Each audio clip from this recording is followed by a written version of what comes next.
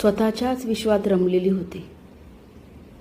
बराच वेळ तिच्या मागावर असलेला तो आपल्या मनात जागे झालेल्या सैतानाला सोबत घेऊनच तिच्या मागोमाग त्या लोकलमध्ये चढला होता आणि वाट पाहत होता त्या एकांताची. अखेर गाडीने बदलापूर स्थानक सोडताच त्याला ती संधी मिळाली आणि तो तिच्या दिशेने धावतच गेला.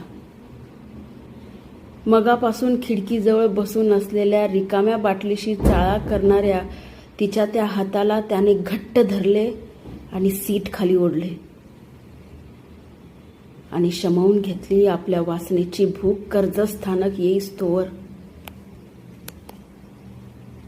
आणि कर्जत स्थानक येताच तो राक्षस अगदी काहीच झाले नाही या आविर्भावात रात्रीच्या त्या अंधारात गायब झाला.